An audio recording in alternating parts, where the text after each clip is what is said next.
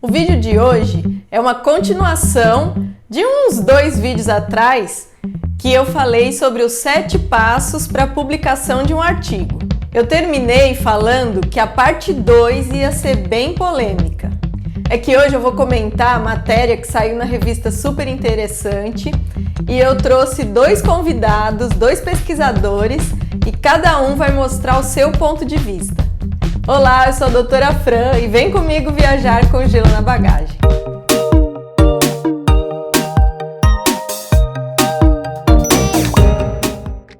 Hoje, além da minha presença, vocês vão conhecer o Eric Cordeiro Spinetti.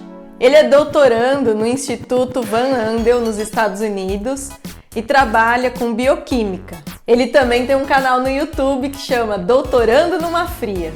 E vocês vão conhecer também a Elaine Alves dos Santos. Ela é pós-doc na UERJ e trabalha com aerossóis na Antártica. Então já deixa eu curtir para os nossos convidados. Mostra aí que vocês são educados, vai! Aproveita, vai lá no canal do Eric, que eu vou deixar aqui na descrição, e curte, compartilha, se inscreve no canal dele. E se inscreve no meu também, hein? Só para dar uma resumida, a polêmica do outro vídeo foi que quando a gente tem que publicar um artigo, alguém tem que pagar. Seja quem for ler o artigo ou quem for publicar o artigo. Mas o assunto mais polêmico é como saber se um pesquisador é bom ou não. Normalmente, isso é feito pela quantidade de artigos que o pesquisador publicou. Às vezes nem depende da qualidade, vai pela quantidade mesmo. No, God, please, no! No! E isso é muito difícil de avaliar, porque tem pesquisadores que eles abrem o laboratório, a gente usa lá os equipamentos, porém, ele não participou da pesquisa efetiva, mas ele quer o nome dele no artigo.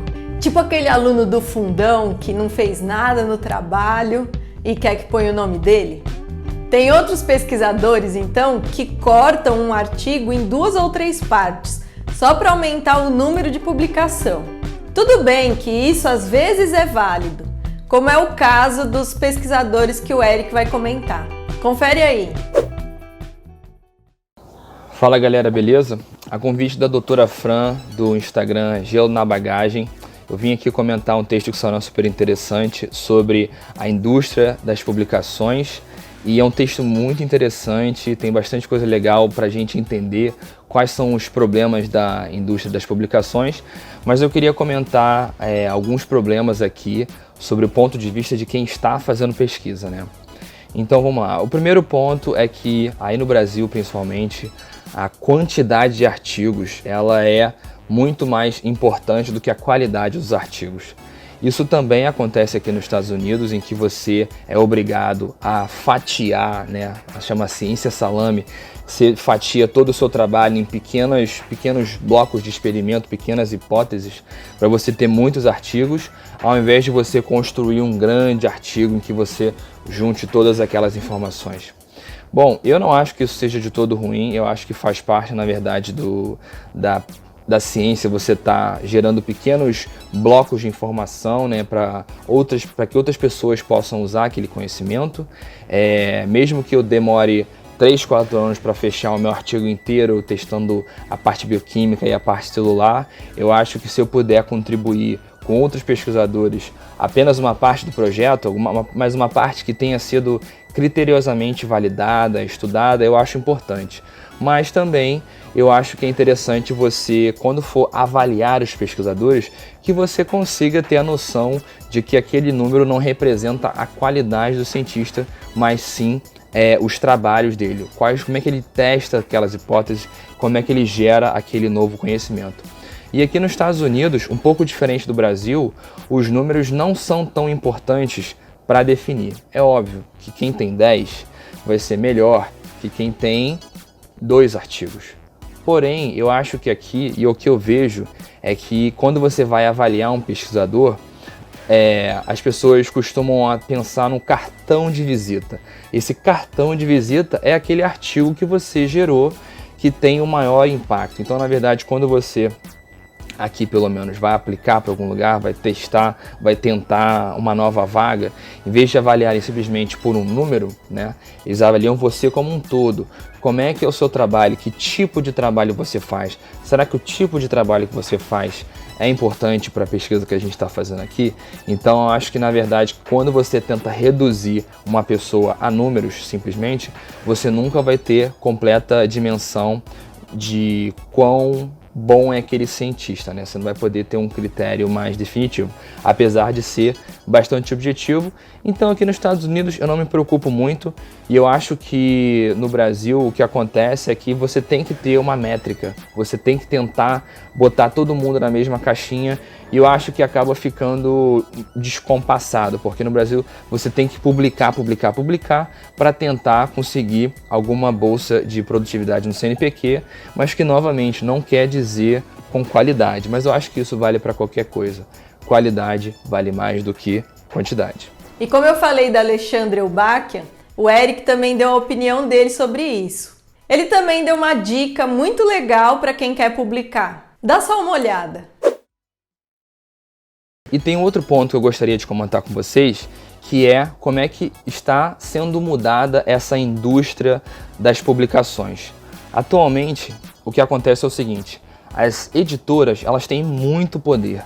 Ao longo dos anos, elas desenvolveram um modelo de negócios em que elas cobram dos cientistas que estão publicando informação lá, e ela também cobra dos leitores que querem buscar aquela informação. Então, assim, antigamente, em que elas tinham que fazer uma curadoria e distribuir, imprimir os artigos, imprimir as revistas, distribuir pelo mundo inteiro, eu até entendo que fosse um serviço mais caro. Mas atualmente, em que você tem todas as publicações digitais, os custos com a publicação diminuíram muito. E você continua tendo as editoras cobrando muito dinheiro de todo mundo envolvido. E duas iniciativas da internet, obviamente, a internet é onde acontecem as revoluções, estão tirando esse poder das editoras e dando na mão das pessoas. Bom, a primeira iniciativa é o Sci-Hub, que eu acho que todo mundo já deve ter baixado um artigo pirata lá, que é, na verdade, um site, para quem não conhece, Sci-Hub é onde você vai buscar qualquer artigo que você quiser. Lá eles arrumaram algum jeito de piratear os artigos dessas revistas, né? Porque você, como leitor, teria que pagar, mas o Sci-Hub disponibiliza tudo de graça para todo mundo. São raríssimos os artigos que eu não consigo baixar lá. Eu baixo o artigo no Sci-Hub desde o meu mestrado e eu tenho certeza que eu não teria conseguido escrever minha dissertação ou passar pelo doutorado aqui sem que eu tivesse acesso ao Sci-Hub, porque você consegue pegar os artigos muito rápido, não precisa depender de uma biblioteca ou bibliotecária para buscar para você. Então, está devolvendo o poder, tirando das editoras e dando para os leitores. E a segunda iniciativa que também está mudando tudo é o bioRxiv para o pessoal da biologia, mas eu acho que também tem outros archives, né? Na verdade, se eu não me engano, começou com o pessoal de matemática, que começaram a depositar lá os artigos. Então, antes de você publicar uma publicação com uma história completa, de começo, meio e fim, se você já tem um pedaço, por exemplo, você pode fatiar o seu salame e colocar lá. Porque aí, esse lugar, na verdade, é como se fosse um blog, digamos assim, que cada um tem direito a postar os seus textos, postar os seus artigos, só que ele funciona também como se fosse um fórum. Então, todo mundo da comunidade científica tem acesso àqueles artigos, tem acesso àquela informação que você posta de graça e eles podem avaliar o seu artigo. Então, na verdade, ainda funciona como um mecanismo para você receber feedback de cientistas do mundo inteiro. E ainda tem mais uma coisa interessante, que quando você publica no Sci-Hub, você está meio que mostrando para o mundo que você já testou e validou aquela informação. Então você meio que garante, você fala, ó, gente, eu já estou trabalhando com isso, já comecei a publicar nisso, então não dificulta mais rolar aquela história de, ele roubou minha pesquisa. Não, você está disponibilizando, está todo mundo vendo, fica um selo lá de aprovação que você publicou no dia tal, então ainda tem essa vantagem. Então, essa esse bioarchive, né, esse site de coletânea de artigos, ele está tirando o poder das editoras e devolvendo para os cientistas. Então está devolvendo para quem também estava nas mãos da editora.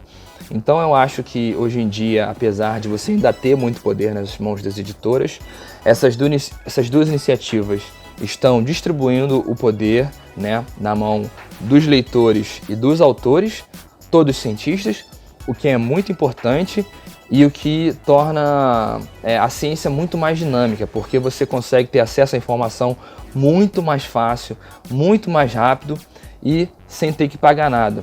Obviamente que existe um custo para publicar, existe um custo para manter um site, e eu acho que essas discussões estão acontecendo agora, ou seja, como é que eu vou fazer um modelo de Sci-Hub, né, de distribuição de artigos de graça, como é que eu vou fazer que isso seja viável também para as editoras, né, porque as editoras estão gastando um tempo e dinheiro para botar um pesquisador ali para revisar aquele artigo, mas na verdade, eu não sei quem já revisou o artigo, mas quem revisa artigo, normalmente os cientistas revisam de graça. Então você tem um editor que recebe, mas todos os revisores revisam o artigo de graça. Então assim, também tem mais gente trabalhando para as editoras sem receber dinheiro. Então, enquanto essa indústria ainda não está completamente reorganizada, a gente vai observando o que está acontecendo, a gente vai tentando pensar em maneiras de fazer com que fique de uma forma mais sustentável, porque as pessoas têm que ser pagas, quem está revisando tem que ser pago, os editores têm que ser pagos, existe o custo de manutenção do site, distribuição do conteúdo, mas eu acho que a gente está mudando para um modelo em que essas grandes revistas como a Nature e tal, ela funcione mais como uma curadoria, né?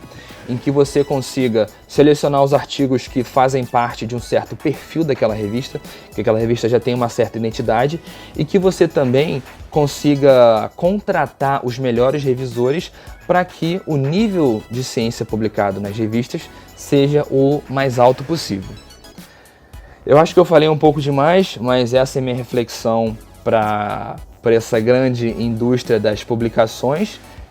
Se você gostou, me dá um feedback aí, deixa o like, me manda mensagem. Aquele abraço, obrigado por estar aí conferindo. E vamos trocar uma ideia, vamos debater o que vocês acham da indústria científica. Vocês estão se adaptando? Vocês acham que eu falei muita besteira? Vamos bater esse papo aí. Valeu! Esse sistema de avaliação causa um impacto na vida dos pesquisadores, seja impacto financeiro ou emocional e psicológico. Porque tem a pressão que você tem que produzir. Se o seu experimento deu certo ou errado, você tem de produzir. É por isso que muitos pesquisadores, mestrandos, doutorandos estão sofrendo de depressão e ansiedade.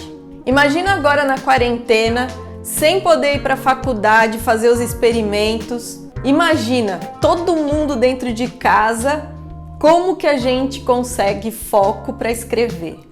Ai, eu preciso de silêncio. Meu Deus. Mas essa parte eu deixo para a Elaine falar um pouco para a gente. Oi, Fran, tudo bom? Muito bom estar aqui com você no Gelo na Bagagem, compartilhando aí a minha experiência durante essa quarentena. Bom, como você tem falado aí no seu canal, o tema de hoje é artigo científico, escrita científica, produção de papers, e eu quero te dizer que a minha produção não tá boa, é muito complicado.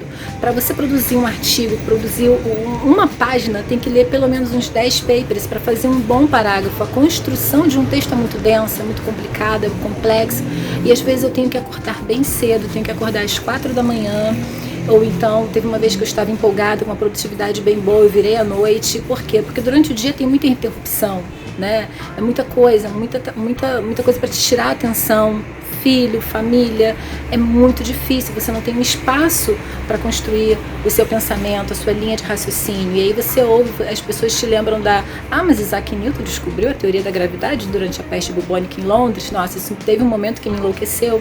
Tem momentos que você se sente muito improdutivo, isso é muito ruim, te gera uma ansiedade muito grande, né? Então, assim, são mais de 2 meses em casa lidando com isso e tentando se superar. Não tem sido fácil, tá? Mas eu acho que a gente tem que se reinventar, né? Mostro aqui, faço uma alusão aqui com a minha hortinha de janela. Olha só o tomatinho, plantei milho de pipoca, né? O que que significa isso, né? Que a gente tem que se reinventar, usar a ferramenta que a gente tem, do jeito que Deus está dando, e usar as sementes que tem, usar a ferramenta que tem, e se reinventar a cada dia. E esperar que isso tudo passe logo, que todos fiquem bem. Então, um abraço, obrigada, tchau. Além disso, tem a polêmica da mulher na ciência. Inclusive, fizeram uma pesquisa contando quantos artigos foram enviados por mulheres e homens durante a quarentena. A diferença foi enorme. As mulheres não estão produzindo na quarentena. Mas isso já é outra polêmica. Haja polêmica e desafios. Então, continuem curiosos e perseverantes e até o próximo vídeo. Tchau!